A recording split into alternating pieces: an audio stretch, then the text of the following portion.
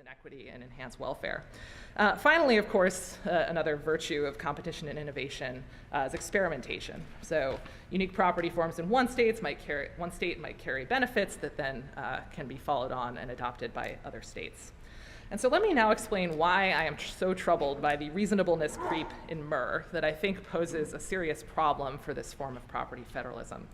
So recall that the first factor of MER invites courts to examine the treatment of the property under reasonable state and local law. This would appear to incorporate law and regulations specific to the state in which the owner holds the property. But the MER decision itself makes clear that courts can assess the reasonableness of a regulation by reference to other states' regulatory schemes. So in assessing the reasonableness of Wisconsin's law merging the MER parcels, the court noted that merger provisions were consistent with a long history of state and local merger regulations originating nearly a century ago. More on where this came from in a second. By incorporating the laws of other states into this first factor, this can render new regulations limiting property rights reasonable if they already exist in other states, regardless of the specific rules of that one jurisdiction. In the past, as many of you will know, a majority of the court has always suggested that the constitutionality of a regulation or other change in state law should be measured against law from that jurisdiction only. Lucas, Stop the Beach, talk about this. But MER somewhat changes that approach. So if a new regulation is sprung on a property owner in one jurisdiction, can that regulation now look reasonable by invoking the laws of other jurisdictions? And so here's where I think that was done in the MER opinion. It sure looks a little different if the MERs should have been aware of a merger provision for a century, as opposed to noting the merger provision had only been around for 18 years. And the basis for that "for a century" comment came from an amicus brief pointing out the first merger provision was implemented in 1906 in Great Neck, New York. So that is the real example of why merger regulations have been around for so long and so accepted. And why that should be held against the MERs in Wisconsin is very unclear to me. So in short, years of court opinions have encouraged property owners to form expectations based on the law of the jurisdiction in which that property is located.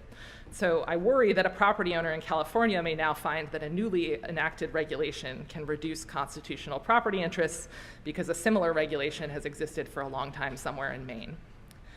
Similar problems, I think, are also embedded in the overall goal of the MER test, of course, to assess the owner's reasonable expectations about property, as well as in the second factor of the test, those physical characteristics, which actually approaches that question not just by actual physical characteristics, but also whether the property is located in an area subject to or likely to become subject to environmental or other regulation.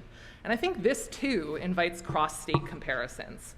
So if California and Utah and Arizona have some law on the books that affects property interests, some environmental law, some other provision, could Nevada then turn around and say that owners should have been on notice that that law was likely to be passed, given the dominant trend in states nearby, even if there was no sign or hint of that change within the state itself?